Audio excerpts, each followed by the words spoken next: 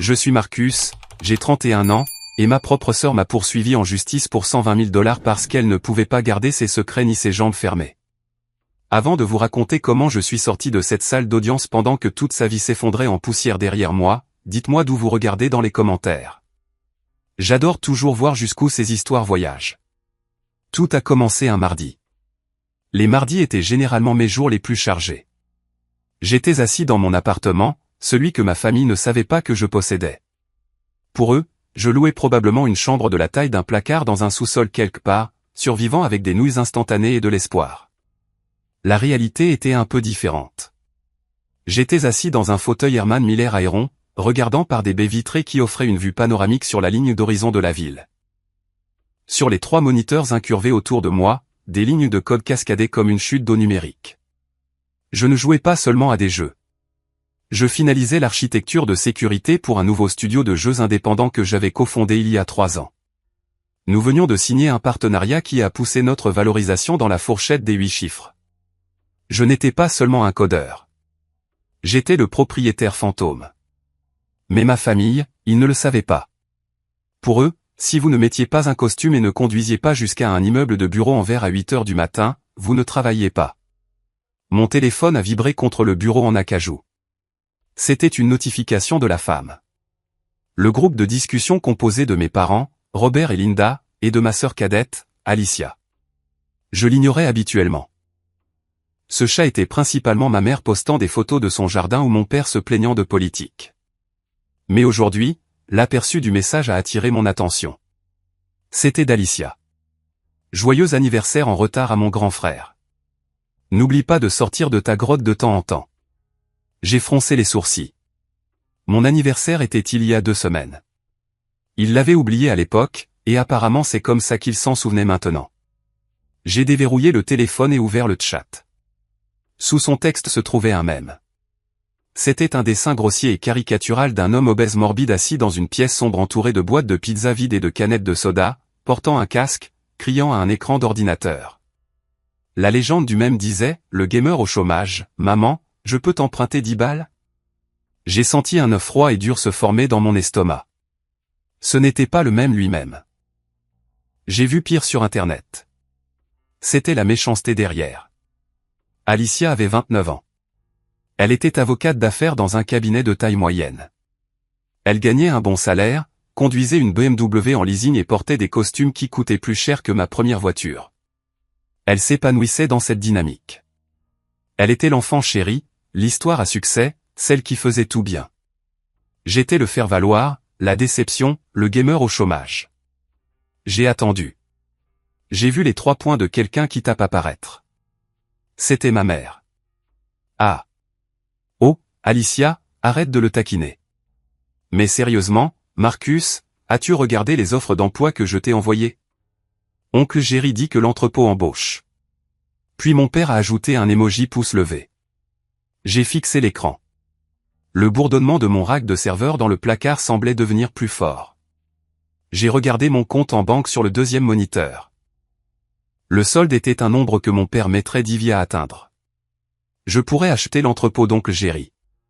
Je pourrais acheter le cabinet d'Alicia. Mais je n'ai pas dit ça. Je ne l'ai jamais dit. Pourquoi? Parce que j'ai appris il y a longtemps que l'argent n'achète pas le respect des gens qui sont déterminés à mal vous comprendre. Si je leur disais que j'étais riche, ils ne me respecteraient pas. Ils demanderaient juste de l'argent. Ils diraient que j'ai eu de la chance. Ils diraient que ce n'était pas un vrai travail. Mes doigts planaient au-dessus du clavier. Je voulais taper, j'ai gagné plus ce matin avant le petit déjeuner que ce qu'Alicia gagne en un mois. Mais je ne l'ai pas fait. J'ai pris une profonde inspiration. L'air conditionné de mon Pentouse remplissant mes poumons. J'ai réalisé que j'en avais fini. J'avais 31 ans.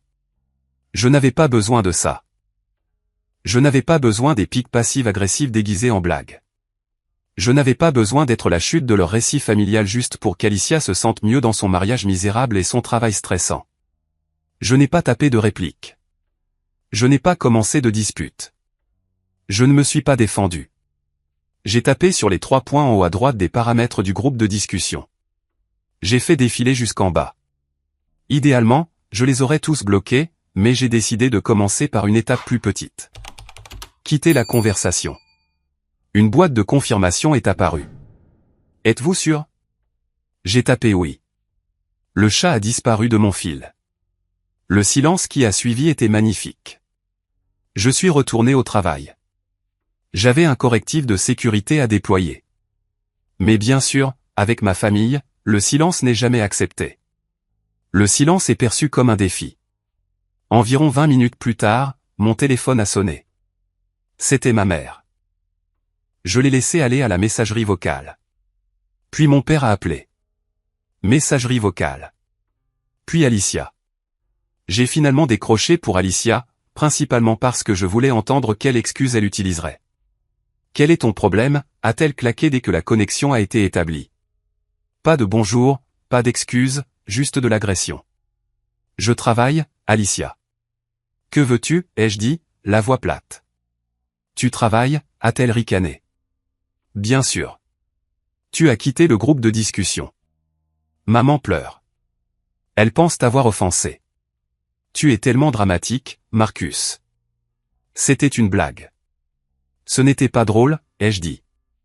Et je suis fatigué d'être la blague. Je n'ai pas le temps pour ça. Tu n'as que du temps, a-t-elle crié, sa voix stridente. Tu restes assis à la maison toute la journée. C'est moi qui me démène au tribunal, qui traite avec les clients, qui paie une hypothèque. Tu n'as aucune idée de ce qu'est le vrai stress. Tu es juste gêné parce que je t'ai démasqué. Je ne suis pas gêné, Alicia. Je m'ennuie. Je m'ennuie de toi et je m'ennuie de cette dynamique. Dis à maman que je vais bien, mais je ne rejoindrai plus le chat. Tu es tellement égoïste, a-t-elle sifflé. Tu sais que David et moi allions t'inviter à dîner ce week-end. Peut-être essayer de t'aider avec ta situation. Mais oublie. Grandis, Marcus. Elle a raccroché. J'ai regardé le téléphone et j'ai laissé échapper un petit rire sec. Ma situation. J'ai fait pivoter ma chaise et j'ai regardé la ville. Le soleil commençait à se coucher, peignant le ciel de teintes violettes et dorées. J'ai pensé à Sarah, ma fiancée. Elle était la seule à connaître la vérité. Elle était pédiatre, brillante et gentille, et elle méprisait ma famille avec une passion qu'elle réservait habituellement aux anti-vaccins. Elle était partie à une conférence médicale à Chicago, mais je lui ai envoyé un texto rapide. J'ai quitté le groupe de discussion familiale. Alicia a appelé pour me traiter d'égoïste. Un mardi typique. Elle a répondu instantanément. Enfin. Fier de toi. Tu veux que je t'apporte une pizza deep dish ou une ordonnance restrictive quand je rentrerai? Pizza, ai-je tapé en retour. Définitivement pizza. Je pensais que c'était tout.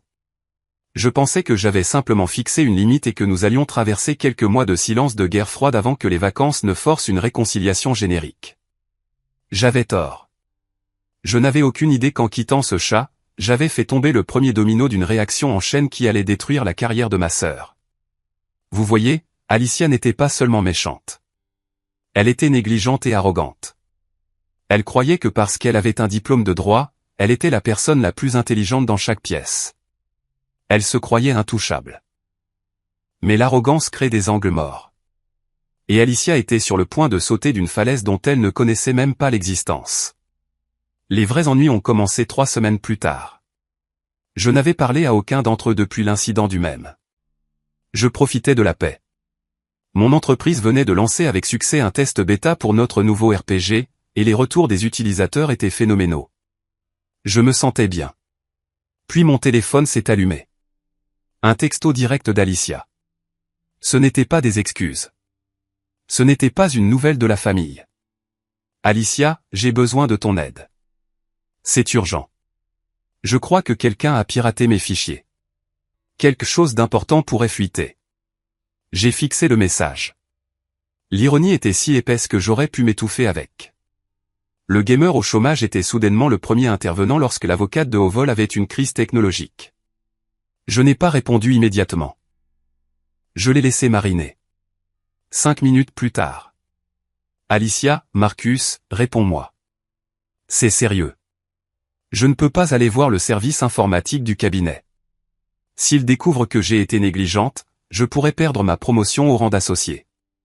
Tu connais les ordinateurs, tu dois m'aider. Tu connais les ordinateurs, pas tu es un brillant ingénieur ou je respecte tes compétences. Juste tu connais les ordinateurs comme si j'étais un adolescent qui savait comment réinitialiser un routeur. Je me suis penché en arrière dans ma chaise, entrelaçant mes doigts derrière ma tête. Je me suis souvenu de la dernière fois que je l'avais aidé. Je me suis souvenu du dîner de remise des diplômes. Je me suis souvenu de la faveur que je lui avais rendue il y a 3 ans.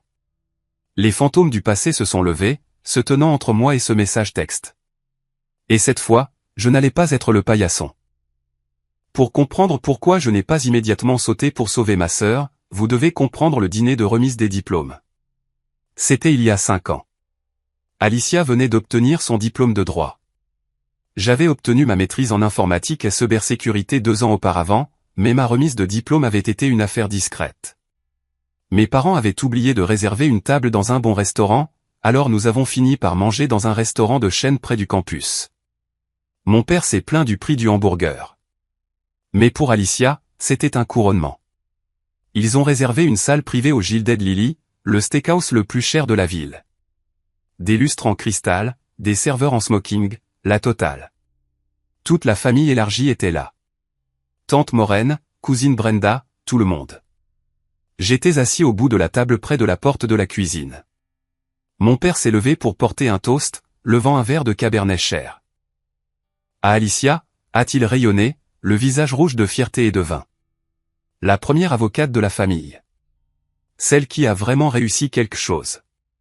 Nous avons enfin un gagnant, les amis. La table a éclaté en applaudissements. J'ai applaudi aussi, forçant un sourire. Mais les mots m'ont blessé. Celle qui a vraiment réussi quelque chose. Comme si ma maîtrise, que j'avais payée moi-même en travaillant 2 emplois, était invisible. Ma mère a ajouté, en tapotant la main d'Alicia, elle sera associée avant ses 30 ans. Elle va honorer ce nom, contrairement à certaines personnes qui passent leur vie à regarder des écrans. Elle m'a lancé un regard pointu de l'autre bout de la table. Tante Maureen, habituellement la plus discrète, avait l'air mal à l'aise. Marcus réussit bien aussi, n'est-ce pas, Linda? N'a-t-il pas juste obtenu cette certification? Oh, les ordinateurs, a rejeté ma mère d'un geste de la main, son bracelet en diamant captant la lumière. C'est un hobby, vraiment, pas une profession comme le droit. Quand l'addition est arrivée, elle était astronomique. Mon père a fait tout un cinéma en cherchant son portefeuille, puis s'est arrêté. Il m'a regardé. Marcus, a-t-il dit assez fort pour que la table entende. Tu as économisé, non?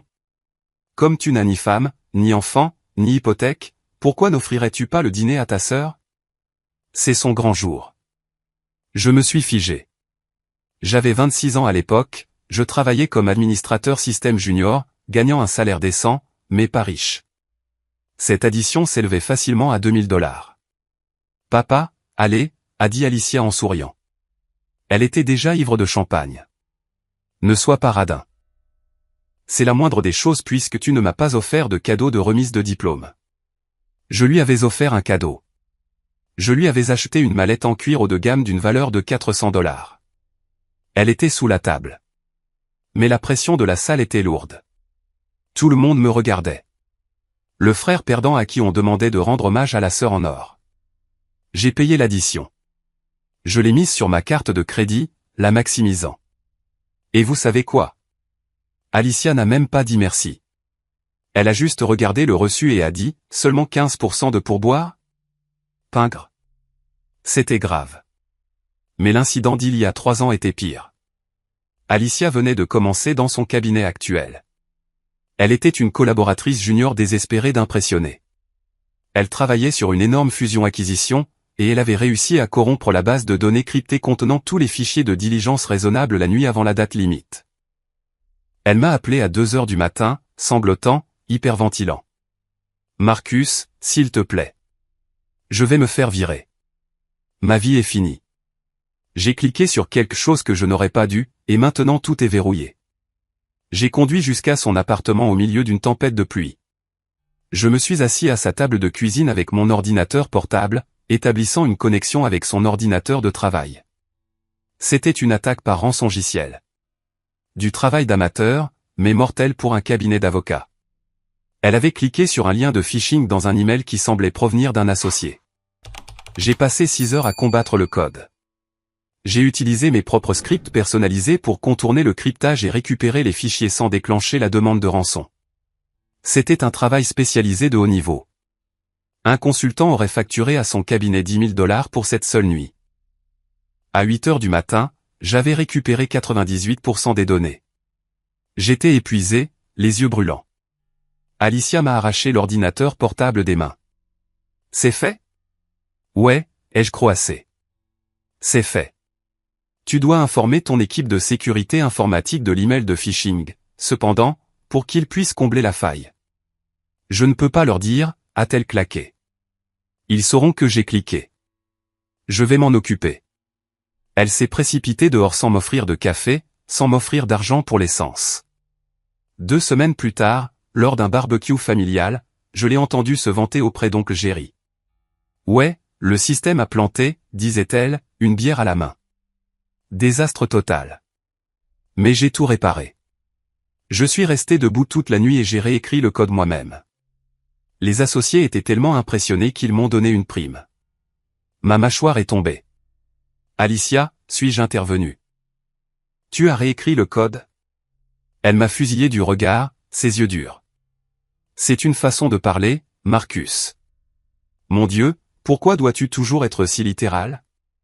Tu es juste jaloux que j'ai eu une prime. Ma mère a ri. Notre Alicia, elle peut tout faire. Avocate et génie de l'informatique.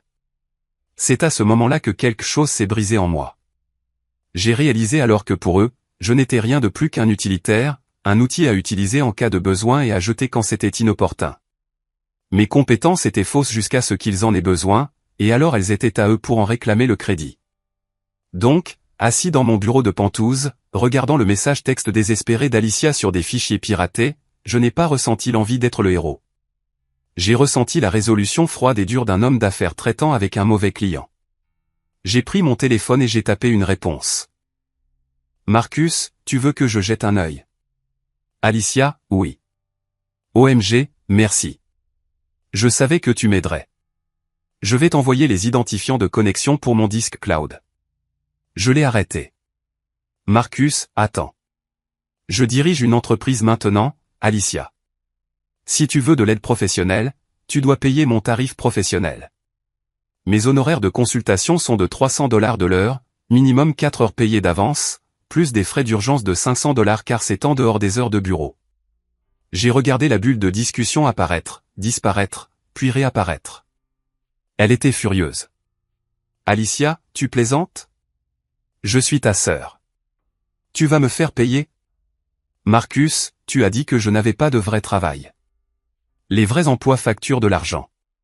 Représentes-tu les membres de ta famille au tribunal gratuitement? Alicia, c'est différent. C'est ma carrière. Toi, tu joues juste sur ton ordinateur. Arrête d'être un con et aide-moi. Ces fichiers sont sensibles. Sensible. Ce mot a déclenché mes instincts professionnels. Dans le monde juridique, sensible signifiait généralement le secret professionnel, mais la façon dont elle l'a écrit, l'hésitation semblait différente. Marcus, 1700 $ d'avance. Ou appelle le service informatique de ton cabinet. Ce sont tes choix. Alicia, tu es incroyable. Tu essaies de m'extorquer. Maman avait raison. Tu as toujours été jaloux de moi. Tu veux me voir échouer? Marcus, je me fiche que tu échoues ou que tu réussisses, Alicia. Je ne travaille juste pas gratuitement pour les gens qui m'insultent. Bonne chance.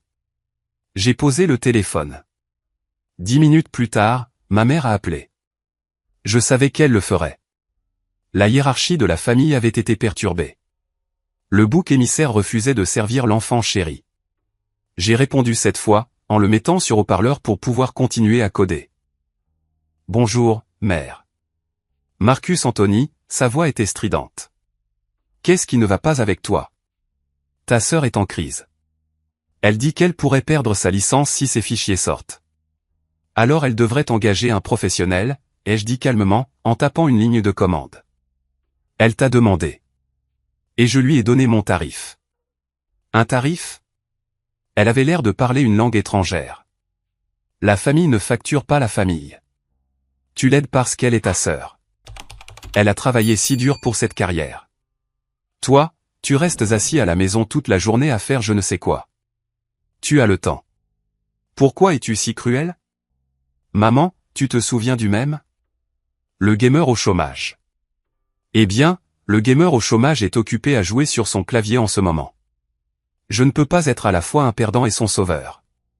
Tu es mesquin, a craché ma mère. Tu es mesquin et jaloux. Tu sais, nous nous sommes toujours inquiétés pour toi. Nous craignons que tu ne t'intègres pas. Maintenant, je vois pourquoi. Tu ne te soucies de personne d'autre que de toi-même. Je suppose que j'ai appris des meilleurs, ai-je dit. Au revoir, maman. J'ai raccroché et bloqué son numéro pour la nuit. J'ai senti une montée d'adrénaline. C'était la première fois que je les avais complètement arrêtés.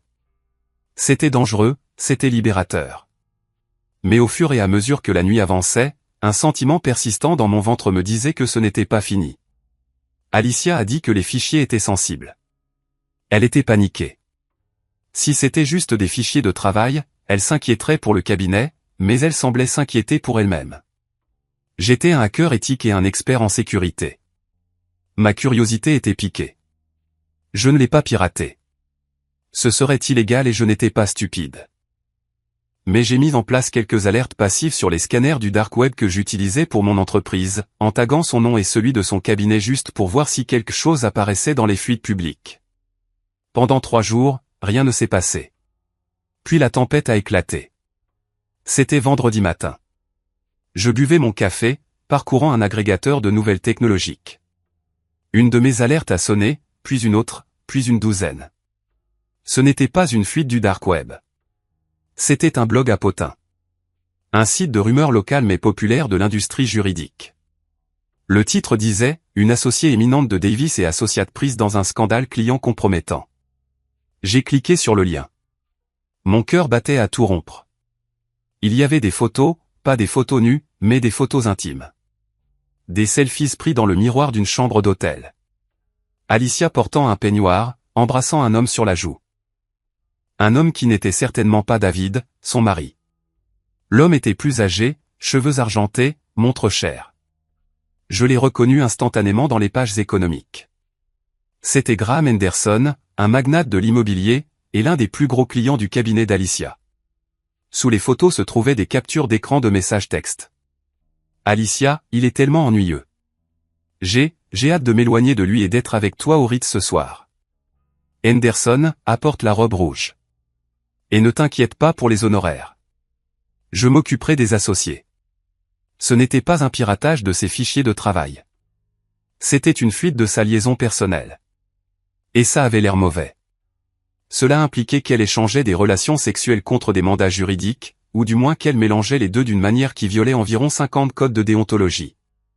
Mon téléphone a commencé à sonner. C'était David. J'ai fixé l'écran. David était un type bien. Il était comptable. Calme, gentil, et complètement dominé par Alicia. Il ne méritait pas ça. Je n'ai pas répondu. Que pouvais-je dire? Puis un texto d'Alicia est apparu. Alicia, qu'est-ce que tu as fait? J'ai cligné des yeux. Qu'est-ce que j'ai fait? Alicia, je sais que c'est toi. Tu es le seul à qui j'ai parlé du piratage. Tu as volé les fichiers et tu les as fait fuiter parce que tu me détestes. Tu es mort, Marcus. Tu es mort. Je me suis assis, stupéfait. Elle n'était pas seulement en difficulté. Elle cherchait un bouc émissaire et elle venait de décider que j'étais le méchant de son histoire. L'accusation était insensée, mais dans la logique tordue de ma famille, elle avait un sens parfait. J'étais le type de l'informatique. J'étais le frère jaloux. Par conséquent, je devais être le hacker. Moins d'une heure après la publication du blog, mon téléphone vibrait pratiquement sur le bureau. Alicia avait clairement mobilisé ses sbires. La cousine Brenda a envoyé un texto, « Comment as-tu pu faire ça à ta propre sœur? Tu es malade. » Tante Maureen, étonnamment, a envoyé un point d'interrogation, « Marcus, est-ce que c'est vrai? » Je n'ai répondu à personne. J'ai pris des captures d'écran de tout. Règle numéro 1 de la cybersécurité, tout enregistré. Règle numéro 1 pour survivre à un narcissique, tout documenter. J'ai appelé Sarah à Chicago. Tu as vu, ai-je demandé. Les photos. Sarah semblait essoufflée. Marcus, bon sang, elle trompe David avec Henderson. Ce type a genre 60 ans. Ouais. Et elle pense que c'est moi qui ai fait fuiter ça. Quoi? Pourquoi? Parce que j'ai refusé de l'aider à sécuriser son disque cloud il y a 3 jours. Maintenant, elle pense que j'ai utilisé cette opportunité pour la pirater. C'est fou, a dit Sarah. Tu n'as même pas touché à son ordinateur. La logique ne s'applique pas ici, Sarah. Ils ont besoin de quelqu'un à blâmer. Si c'est un hacker anonyme, Alicia est une victime de cybercriminalité. Mais si c'est son frère diabolique, elle est victime d'une vendetta familiale. C'est mieux pour la sympathie. Qu'est-ce que tu vas faire? Je vais attendre, ai-je dit. Et je vais appeler Monsieur Bramwell. Elias Bramwell était mon avocat d'affaires. Il s'occupait des contrats de mon studio de jeu. C'était un requin dans un costume 3 pièces qui coûtait $800 de l'heure et valait chaque centime. Bramwell, demanda Sarah. N'est-ce pas excessif? Elle m'a menacé, Sarah. Elle a dit, tu es mort. Connaissant Alicia, elle va essayer de me détruire pour se sauver. Je dois être prêt. J'avais raison. Ce soir-là, la sonnette a retenti. J'ai vérifié le flux de la caméra de sécurité sur mon moniteur. C'étaient mes parents et Alicia. Alicia avait l'air d'une épave. Ses yeux étaient bouffis. Ses cheveux étaient tirés en un chignon sévère et elle ne portait pas de maquillage. Ma mère avait l'air terrifiée. Mon père avait l'air de vouloir frapper quelqu'un. J'ai envisagé de ne pas ouvrir la porte, mais je savais qu'il resterait là à crier jusqu'à ce que les voisins appellent la police. Et honnêtement, je voulais entendre ce qu'ils avaient à dire. Je voulais que ce soit enregistré. J'ai vérifié que ma caméra de sécurité du couloir, qui enregistrait l'audio, était active. Puis j'ai ouvert la porte. Toi, a grogné mon père en me bousculant pour entrer dans le hall. Espèce de petit salaud ingrat et méchant. Bonjour à toi aussi, papa, ai-je dit en reculant. Ravi de te voir. S'il te plaît, entre dans ma maison que tu n'as jamais visitée auparavant. Ma mère a regardé autour d'elle, ses yeux s'écarquillant en voyant les sols en marbre et les œuvres d'art. Marcus, cet endroit? Comment tu te paies ça? La drogue, ai-je dit sarcastiquement. Et voler l'argent d'Alicia, apparemment. N'est-ce pas le récit? Alicia s'est avancée. Elle tremblait. Tu trouves ça drôle? Je suis suspendu, Marcus. Le barreau a ouvert une enquête. David a quitté la maison. Il a emmené les enfants chez sa mère. Je suis désolé d'entendre ça, Alicia, ai-je dit, et je le pensais. J'étais triste pour les enfants. Mais ce n'est pas moi qui ai fait ça. Menteur, a-t-elle crié, sa voix se brisant. Je t'ai demandé de l'aide. Je t'ai dit que quelqu'un était dans mes fichiers, puis tu as refusé. Étage 2 jours plus tard, ils sont partout sur Internet. Tu es le seul à avoir les compétences pour faire ça. Alicia, ai-je dit en gardant ma voix calme.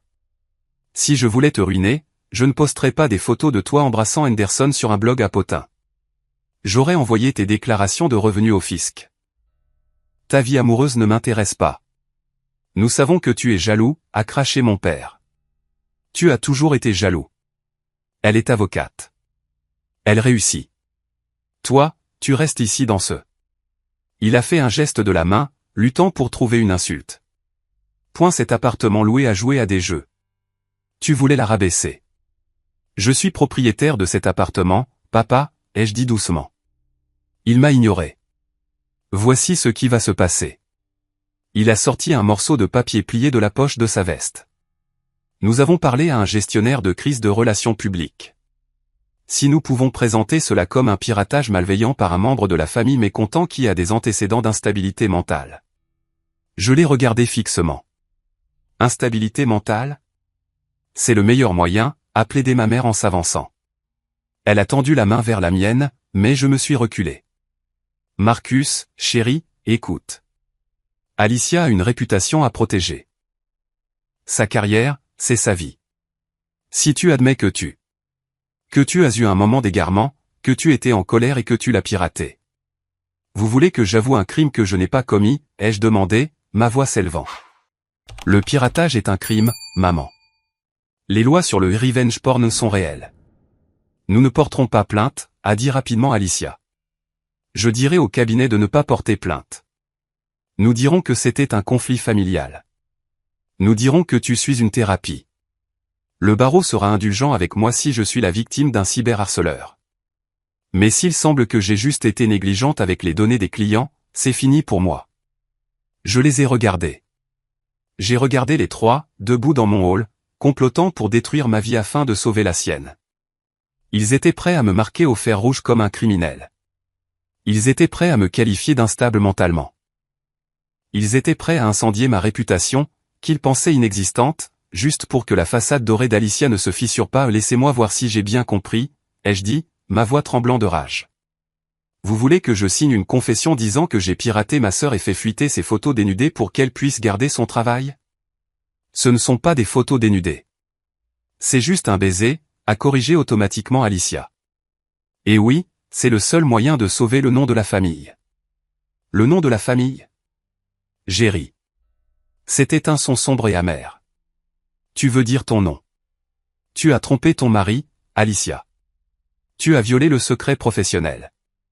C'est toi qui as fait ça. J'ai fait une erreur, a crié Alicia. Je suis humaine. Mais toi. Tu n'es rien. Tu es un fantôme. Tu n'as pas de carrière. Tu n'as pas de réputation. Si tu prends le blâme, personne ne s'en souciera. Tu peux juste déménager. Recommencer à zéro. Tu n'es rien. C'était ça. Le coup de grâce. Sortez, ai-je dit. Marcus, sois raisonnable, m'a averti mon père en s'approchant agressivement. J'ai dit, sortez, ai-je rugi. Le son a résonné contrôlé au plafond.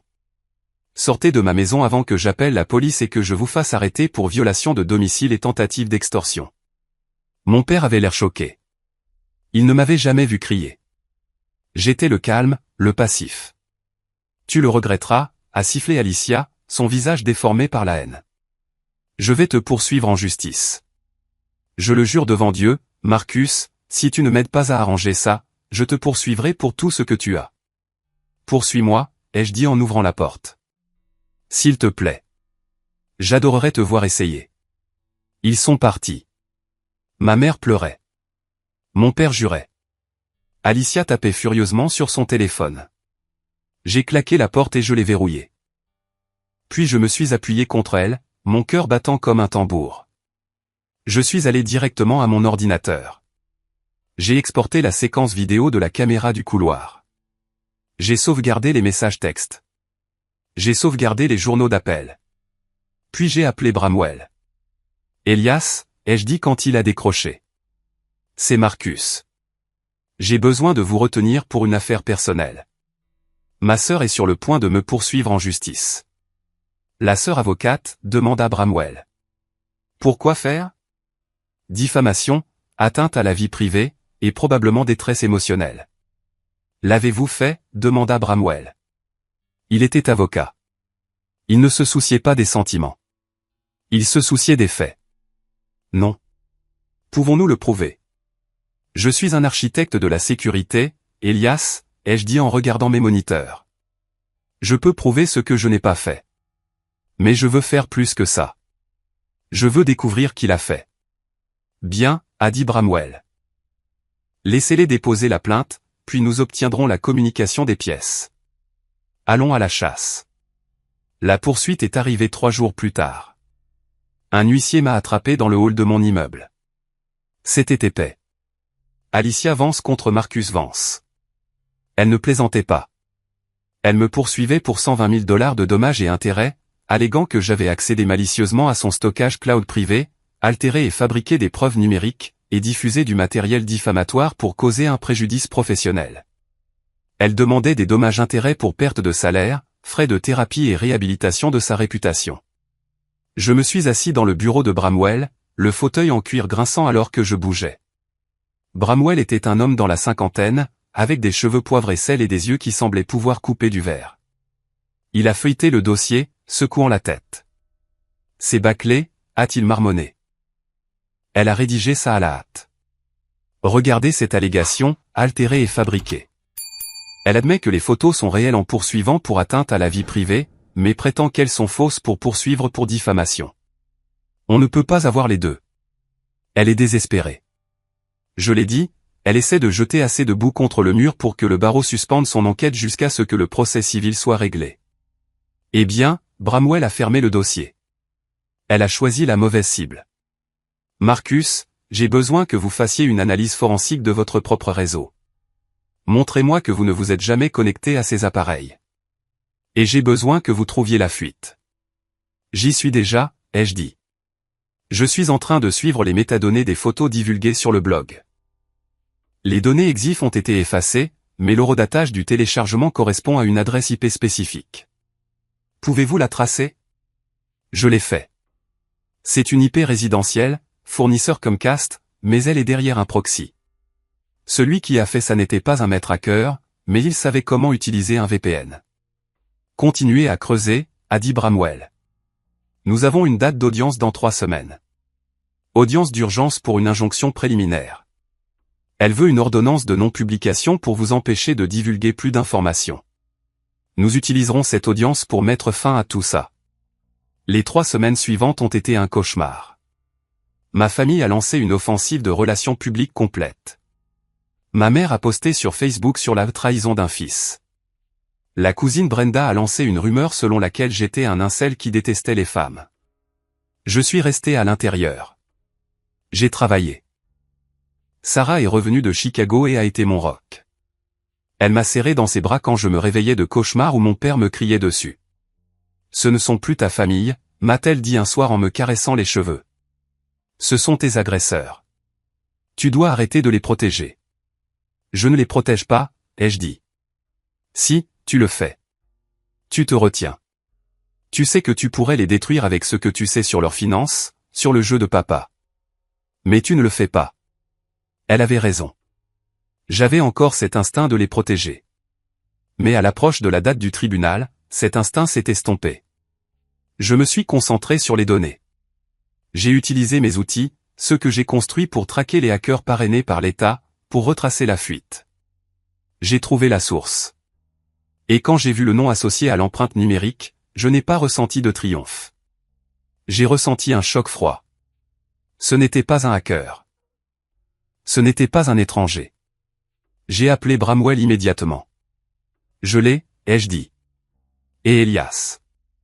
Vous allez vouloir assigner à comparaître un homme nommé Arthur P. Miller. Qui est-ce? C'est un détective privé, ai-je dit. Et attendez d'entendre qui l'a engagé. Le matin de l'audience, il pleuvait. Une pluie grise et misérable de Seattle. J'ai mis mon plus beau costume, un costume en laine bleu marine sur mesure qui coûtait plus cher que la voiture de mon père. J'ai conduit mon Audi, ma voiture de tous les jours, gardant la Porsche au garage pour le moment, jusqu'au palais de justice. Ma famille était là. Ils étaient assis sur un banc à l'extérieur de la salle d'audience. Ma mère, mon père et Alicia. Alicia portait un tailleur blanc, ressemblant à l'image de l'innocence. Quand elle m'a vu, ses yeux se sont rétrécis. Elle a scanné mon costume, ma montre. La confusion a vacillé dans ses yeux, mais elle l'a rapidement masqué. Tu peux encore arrêter ça, Marcus, a dit mon père alors que je passais. Il ne m'a pas regardé. Il a regardé le sol. Signe juste le papier. Admets que tu étais en colère. On peut faire disparaître la poursuite. Gardez ça pour le juge, papa, ai-je dit sans ralentir. À l'intérieur de la salle d'audience, l'atmosphère était lourde. La juge Holloway présidait. Je la connaissais de réputation.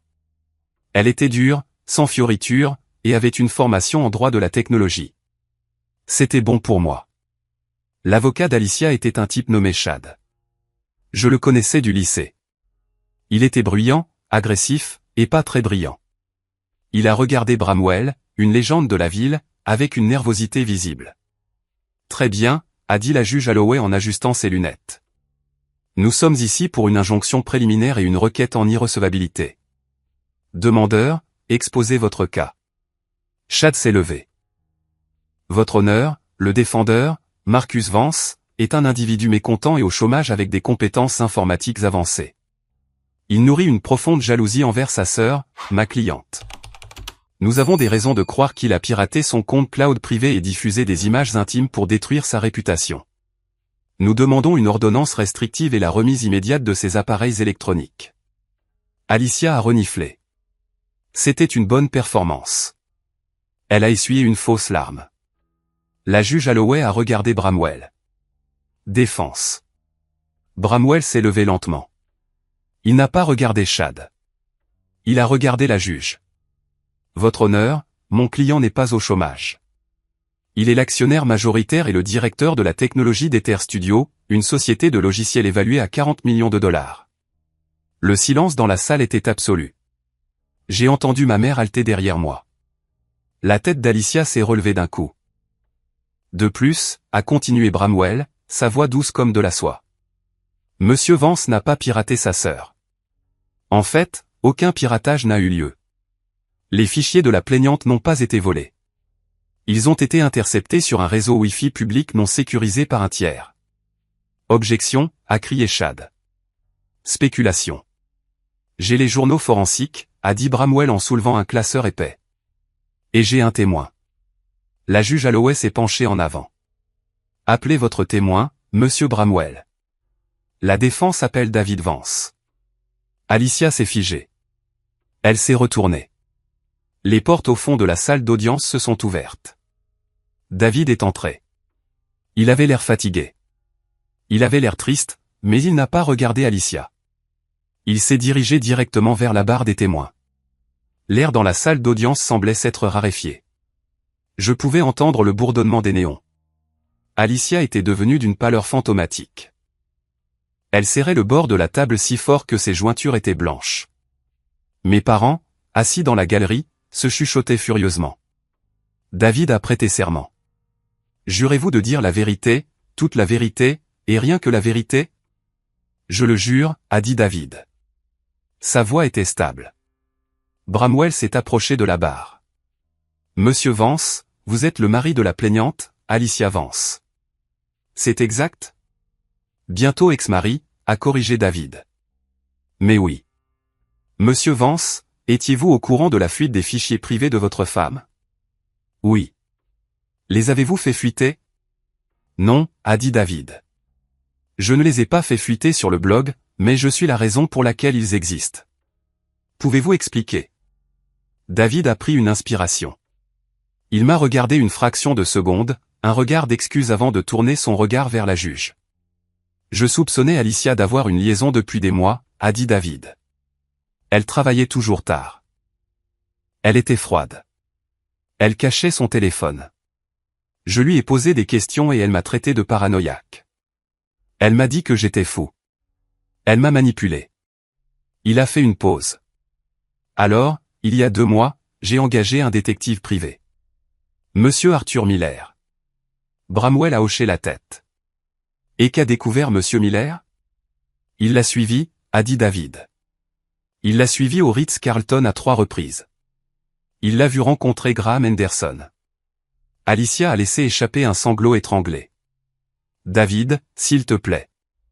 À l'ordre, a claqué la juge Holloway en frappant son marteau. David a continué, sa voix se durcissant. Monsieur Miller est méticuleux. Il est spécialisé dans la surveillance numérique. Il s'est assis dans le hall du Ritz-Carlton. Apparemment, Alicia utilisait le Wi-Fi des clients de l'hôtel pour envoyer des messages à Henderson. Elle n'a pas utilisé de VPN. Elle n'a pas utilisé de cryptage. Miller a utilisé un analyseur de paquets, un outil standard, pour intercepter le trafic sur le réseau ouvert. J'ai regardé Alicia. Elle était avocate. Elle savait ce que cela signifiait. Elle n'avait pas été piratée par un super méchant génial dans une pièce sombre. Elle s'était fait prendre parce qu'elle était trop paresseuse pour éteindre son Wi-Fi en textant son amant dans le hall d'un hôtel. Il a intercepté les photos, a demandé Bramwell. Oui, et les textos.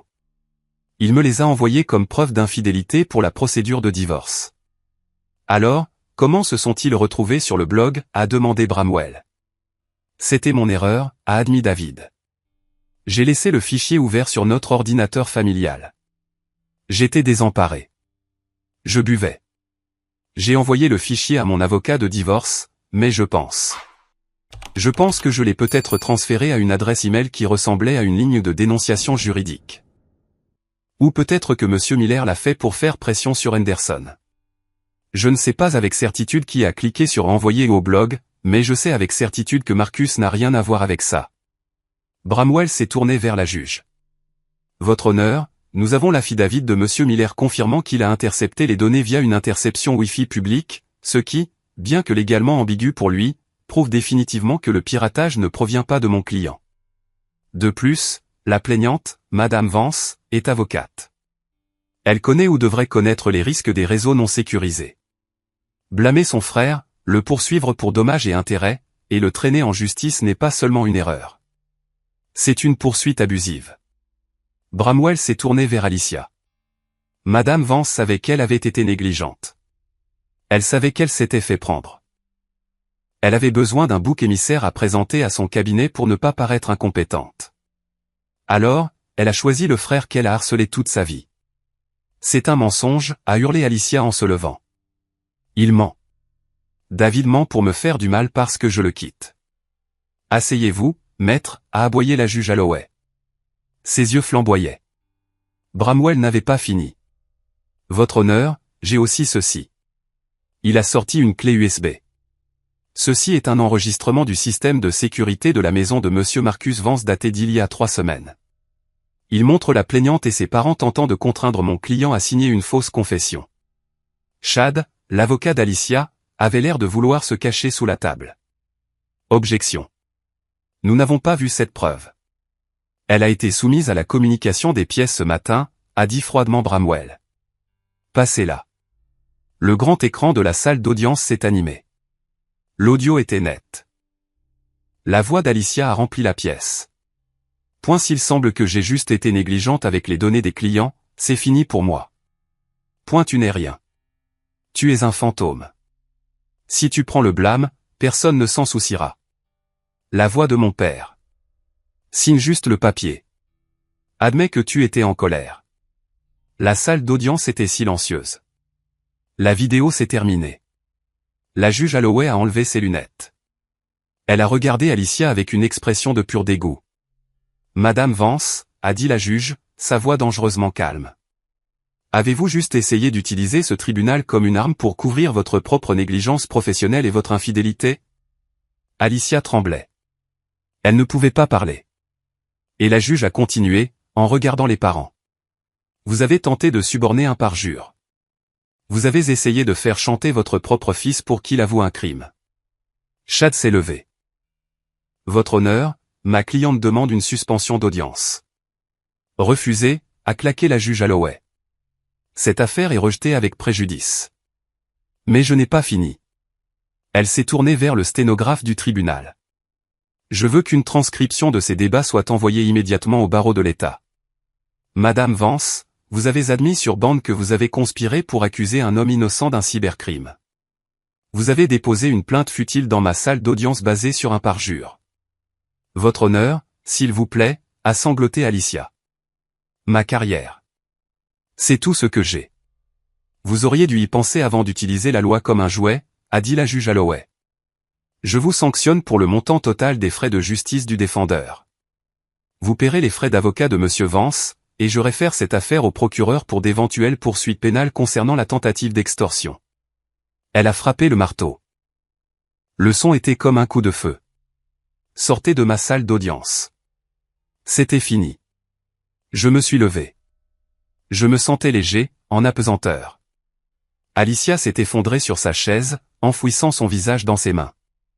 David s'est levé et est sorti sans se retourner. Mes parents étaient figés. Mon père m'a regardé, le visage pâle. Il a ouvert la bouche pour parler, peut-être pour crier, peut-être pour supplier. Je ne lui en ai pas donné l'occasion. Je leur ai tourné le dos et j'ai serré la main de Bramwell. Bon travail, Elias, ai-je dit. Avec plaisir, a-t-il souri. Cette vidéo était le clou dans le cercueil. Mais le mari, c'était le marteau. Je suis sorti de la salle d'audience. En poussant les lourdes portes en chêne, j'ai entendu Alicia gémir. Ce n'était pas un son triste. C'était le son d'une enfant gâtée à qui on avait enfin dit non. Le couloir à l'extérieur de la salle d'audience était froid, mais je sentais une chaleur se répandre dans ma poitrine. C'était la chaleur de la justification. Je me suis dirigé vers les ascenseurs. Je voulais juste aller à ma voiture, conduire chez Sarah et commander cette pizza deep dish. Mais bien sûr, la rupture n'allait pas être si nette. Marcus. Marcus, attends. C'était ma mère. Elle courait dans le couloir, ses talons claquant frénétiquement sur le marbre. Mon père la suivait, l'air plus vieux que je ne l'avais jamais vu. Je me suis arrêté et je me suis retourné. Je n'ai rien dit. Je les ai juste regardés. Marcus, a halté ma mère en me rattrapant. Elle a tendu la main pour attraper mon bras, mais j'ai fait un pas en arrière. Elle a tressailli. Marcus, tu dois arranger ça. Je l'ai regardé fixement. Arranger quoi? Ta sœur, a-t-elle pleuré? Tu as entendu la juge? Elle va être radiée. Elle va perdre sa licence et l'argent. Elle doit payer tes frais de justice. Comment va-t-elle se le permettre? David la quitte. Cela ressemble à une série de problèmes qu'Alicia s'est créée elle-même, ai-je dit. Comment peux-tu être si froid, a exigé mon père, retrouvant sa voix. Elle est de ta chair et de ton sang. Tu l'as détruite. Tu as apporté cette vidéo au tribunal. Tu nous as humiliés. J'ai dit la vérité, ai-je dit. Vous vouliez que je mente. Vous vouliez que je sois un criminel, vous vous souvenez? Vous étiez dans ma maison et vous m'avez dit que je n'étais rien, donc ça n'aurait pas d'importance si je prenais le blâme. Nous étions désespérés, a sangloté ma mère. Nous essayions de protéger la famille. Non, ai-je dit, ma voix dure. Vous essayez de protéger Alicia parce qu'Alicia est votre trophée et que je suis votre poubelle. Vous jetez tout ce dont vous ne voulez pas vous occuper sur moi.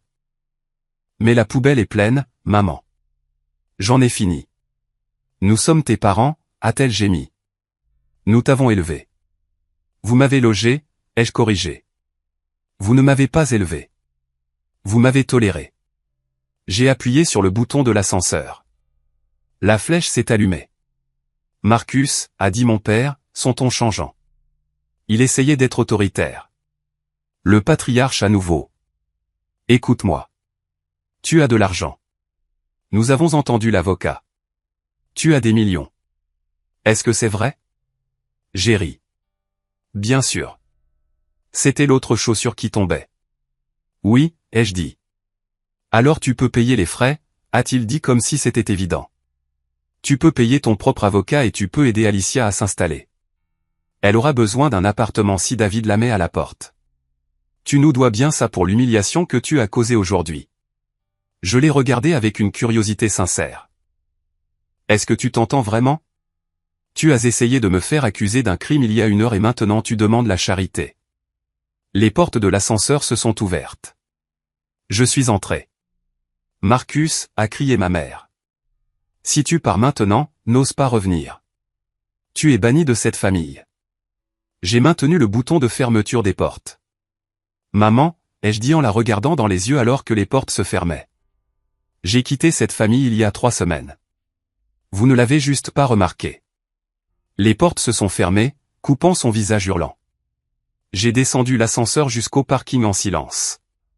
Quand je suis arrivé à ma voiture, je suis resté assis sur le siège du conducteur pendant un long moment.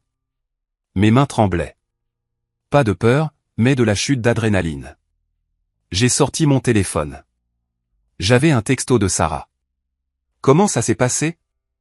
J'ai tapé en retour, on a gagné. Victoire totale. Puis j'ai bloqué les numéros de mes parents. J'ai bloqué le numéro d'Alicia. J'ai bloqué la cousine Brenda. J'ai bloqué tante Maureen, juste au cas où. Je suis sorti du garage et je suis entré sous la pluie. Les semaines suivantes ont été un tourbillon de paperasse juridique, mais du bon genre. La juge Holloway a tenu parole. La transcription a été envoyée au barreau. En 48 heures, la licence d'Alicia a été suspendue en attendant une audience déontologique complète. Davis et Associates, son cabinet, l'a licenciée publiquement. Ils ont publié une déclaration condamnant ses actions et se distanciant du scandale. Monsieur Henderson, le client avec qui elle avait couché, a quitté le cabinet et les a poursuivis pour rupture de confidentialité. Alicia était radioactive. David a agi vite. Il a demandé le divorce, invoquant l'adultère en raison des preuves claires, des photos et des textos. Il a obtenu la garde complète temporaire des enfants. Il a gardé la maison. Alicia a été forcée de déménager dans un motel parce que mes parents n'avaient ni l'espace ni l'argent pour l'héberger confortablement. Et puis est venue la facture. La juge Holloway a ordonné à Alicia de me payer 35 000 $ de frais de justice. Je savais qu'elle ne les avait pas. Ses actifs étaient gelés par le divorce. Elle était au chômage. Bramwell m'a appelé une semaine après le jugement. Alors, a dit Bramwell, nous pouvons saisir ses futurs salaires si elle trouve un jour un emploi ou nous pouvons mettre une hypothèque sur sa voiture. Oubliez l'argent, ai-je dit. Je n'en ai pas besoin. Mais assurez-vous que le jugement reste sur son dossier. Je veux qu'elle le voie chaque fois qu'elle essaiera de demander une carte de crédit. Vous êtes un client difficile, Marcus, Harry Bramwell. J'apprends, ai-je dit. La vie a commencé à se calmer avec le bruit toxique de ma famille disparue. Je me sentais plus léger. Mon entreprise, Ether Studio, a lancé notre jeu à l'échelle mondiale. Il a atteint le sommet des classements Steam en 24 heures. J'ai acheté la Porsche, une 911 Turbo S bleu profond, non pas parce que j'avais besoin de me montrer, mais parce que j'en voulais une depuis que j'avais 16 ans, et je me suis enfin permis d'avoir de belles choses sans me sentir coupable. Je pensais être complètement libre. Mais l'univers a une drôle de façon de vous tester une dernière fois. Environ 2 mois après le procès, j'étais dans un café du centre-ville pour rencontrer un investisseur potentiel. Je portais un sweat à capuche et un jean, mon uniforme, mais j'avais garé la Porsche juste devant. J'ai vu une femme travailler derrière le comptoir. Elle portait un tablier vert et une visière. Elle avait l'air épuisée. C'était Alicia. Elle essuyait la machine à expresso. Elle avait l'air plus âgée. L'arrogance avait disparu de sa posture. Elle avait l'air brisée. Elle a levé les yeux et m'a vu. Elle s'est figée. Je me suis figé aussi. Pendant une seconde, j'ai cru qu'elle allait crier. J'ai cru qu'elle allait me jeter une tasse, mais elle ne l'a pas fait. Elle m'a juste regardé. Puis elle a regardé par la fenêtre la Porsche, puis à nouveau moi. Il n'y avait plus de haine dans ses yeux. Juste une honte profonde et écrasante. J'aurais pu m'approcher du comptoir. J'aurais pu commander un café et la faire me servir. J'aurais pu lui donner 100 $ de pourboire juste pour être cruel. Mais j'ai réalisé que je m'en fichais. La colère était partie. Le besoin de vengeance était parti. Je me suis retourné et je suis sorti du café sans commander. Je suis monté dans ma voiture et je suis parti. J'étais enfin le protagoniste de ma propre vie, pas le personnage secondaire de la sienne. Le temps a une drôle de façon de bouger quand on supprime la source de sa douleur. Il s'accélère. Pendant 31 ans, ma vie a semblé coincée dans une boucle de recherche de validation et de rejet. Mais dans les 12 mois qui ont suivi le procès, ma vie a avancé à la vitesse de la lumière. Ether Studio n'était pas seulement un succès. C'est devenu un phénomène culturel. Notre jeu phare, Echo of the Void, a remporté le prix du jeu de l'année. Je suis passé de propriétaire fantôme à être en couverture du magazine We Read. Le titre disait « Le gamer qui a battu le système ». Comment Marcus Vance a bâti un empire depuis sa chambre. Cette couverture de magazine a été le dernier clou dans le cercueil de mon anonymat. Et inévitablement, ce fut le phare qui a ramené les papillons de nuit vers la flamme. C'était 3 semaines avant mon mariage avec Sarah. Nous ne faisions rien de trop extravagant. Pas de château ni de gâteau à 10 étages, mais nous organisions la cérémonie dans un vignoble privé de la Napa Valley. C'était intime, cher et strictement sur invitation. J'étais dans mon bureau en train de revoir les protocoles de sécurité pour l'événement. Oui, j'ai engagé une sécurité privée pour mon propre mariage. Le traumatisme rend prudent. Quand mon assistant Léo est entré, il avait l'air mal à l'aise. « Marcus », a dit Léo en tenant une enveloppe épaisse. Ceci est arrivé par coursier. Il a contourné le contrôle du courrier car il était marqué et document juridique, mais il ne vient pas d'un cabinet d'avocat. J'ai pris l'enveloppe. C'était du papier cartonné couleur crème. J'ai reconnu l'écriture immédiatement. C'était la calligraphie de ma mère. La même écriture qu'elle utilisait pour écrire ses cartes de Noël passive-agressive détaillant les réalisations d'Alicia tout en m'omettant. Je n'aurais pas dû l'ouvrir. J'aurais dû la déchiqueter. Mais la curiosité est une chose dangereuse. J'ai ouvert l'enveloppe. À l'intérieur, il n'y avait pas de poursuite. C'était une lettre et une photo. La photo était de moi, à 7 ans, assis sur un vélo. Mon père tenait l'arrière de la selle. C'était l'un des rares souvenirs heureux que j'avais. J'ai déplié la lettre. Mon très cher fils, j'ai vu le magazine. Ton père et moi, nous sommes si fiers. Nous avons toujours su que tu étais spécial. Nous avons toujours su que ton génie avait juste besoin de temps pour s'épanouir. Nous avons beaucoup réfléchi depuis le malentendu au tribunal. Nous avons réalisé que nous avons fait des erreurs. Nous étions sous une telle pression avec Alicia. Tu dois comprendre, les parents perdent parfois leur chemin quand ils essaient de protéger leurs enfants. Mais nous n'avons jamais cessé de t'aimer. Nous avons appris par tante Maureen que tu allais te marier.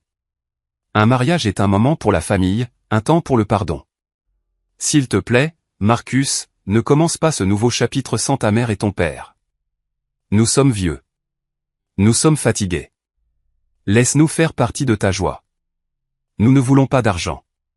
Nous voulons juste retrouver notre fils. Amour, maman et papa. Je l'ai lu 2 fois. La première fois, j'ai ressenti une pointe de culpabilité. Cette vieille programmation au fond de mon cerveau a murmuré, ce sont tes parents.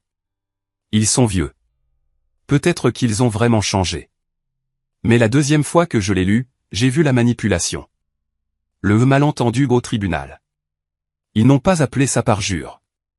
Ils n'ont pas appelé ça extorsion. Ils ont appelé ça un malentendu.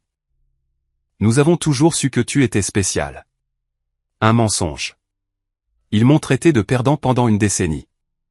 Nous ne voulons pas d'argent. C'était le plus gros indice.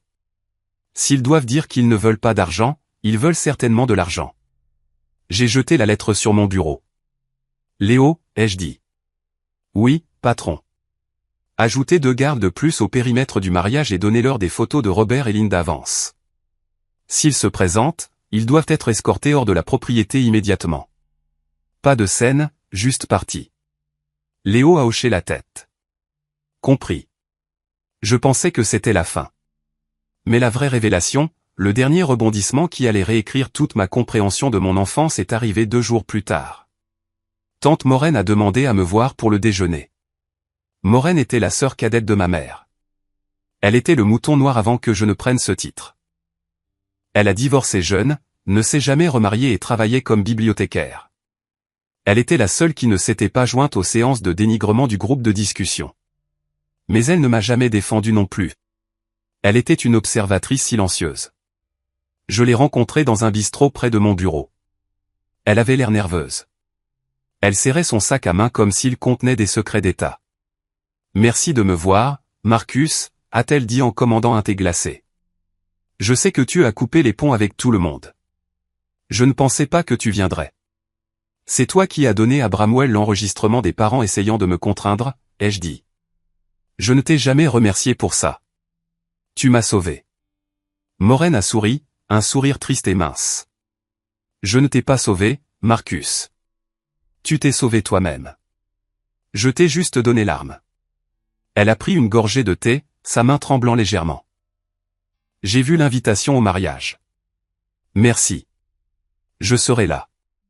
Mais je voulais te donner quelque chose avant le grand jour. Un cadeau de mariage. » Elle a fouillé dans son sac et a sorti un petit journal relié en cuir. Il avait l'air vieux.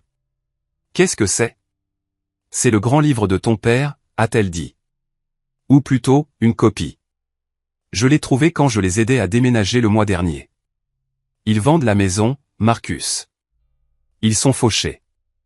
Je m'en doutais, ai-je dit. Entre les frais de justice et Alicia au chômage, ils doivent perdre de l'argent. Ce ne sont pas seulement les frais de justice, a dit Maureen, ses yeux fixés sur les miens. Intense et sérieux. Marcus, il y a quelque chose que tu dois savoir sur Alicia, sur Henderson, sur pourquoi tes parents étaient si désespérés de couvrir cette liaison. J'ai froncé les sourcils. Alicia trompait son mari. Elle voulait un sugar daddy. Ce n'est pas compliqué. Ce n'était pas seulement Alicia, a murmuré Maureen. C'était ton père. J'ai ouvert le grand livre.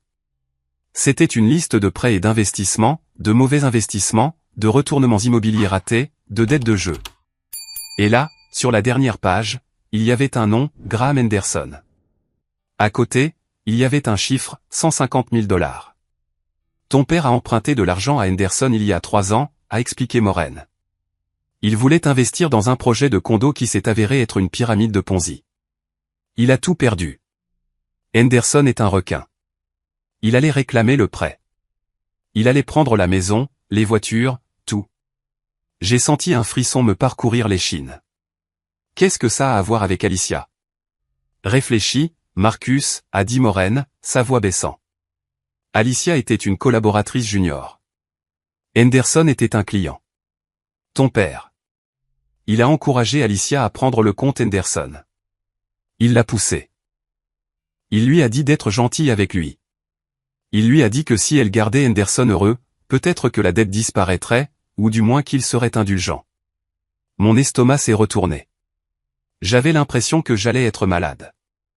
Es-tu en train de dire? Je n'ai même pas pu finir la phrase. Je dis qu'ils l'ont prostituée, a dit Maureen sans détour. Peut-être pas explicitement. Ils n'ont pas signé de contrat. Mais la pression, les commentaires. Sois charmante, Alicia. Porte cette robe rouge, Alicia. M. Henderson est la clé de notre avenir, Alicia. Ils l'ont préparée à être sa maîtresse pour que ton père ne perde pas tout. Je me suis assis, le bistrot tournant autour de moi. Soudain, Alicia n'était plus seulement la méchante. Elle était toujours une narcissique, oui. Elle était toujours cruelle envers moi. Mais elle était aussi un produit. Un produit fabriqué par Robert et Linda Vance pour être vendu au plus offrant. C'est pour ça qu'ils étaient si terrifiés par la fuite, ai-je réalisé. Pas seulement à cause de sa carrière, mais parce que si Henderson était exposé, il pourrait riposter et réclamer la dette immédiatement. Ils ne protégeaient pas la réputation d'Alicia. Ils protégeaient leur propre survie financière. Exactement, a dit Maureen. Et quand la fuite s'est produite, ils avaient besoin d'un bouc émissaire. Toi. Si tu prenais le blâme, Henderson restait anonyme, Alicia gardait son travail, et l'arrangement continuait. J'ai fermé les yeux. C'était plus sombre que je ne l'avais jamais imaginé. Pourquoi me dis-tu ça maintenant, ai-je demandé.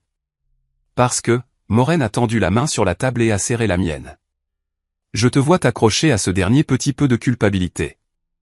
Cette petite voix qui demande si tu as été trop dur avec eux.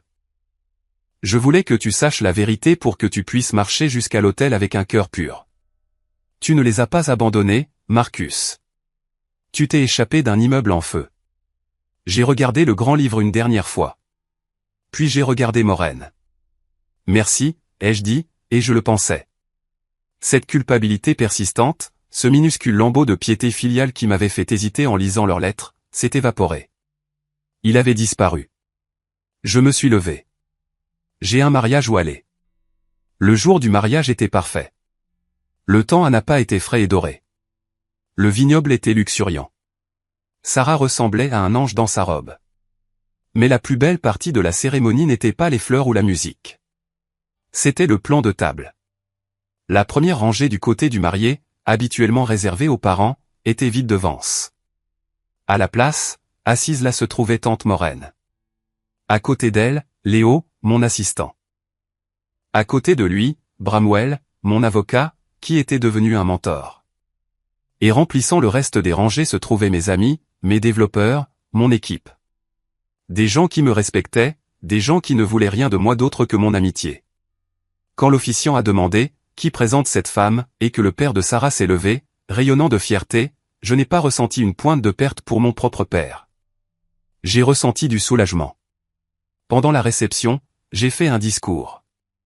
Je me suis levé avec une coupe de champagne, regardant la mère de visage. On dit qu'on ne peut pas choisir sa famille, ai-je dit dans le microphone. Sarah a serré ma main.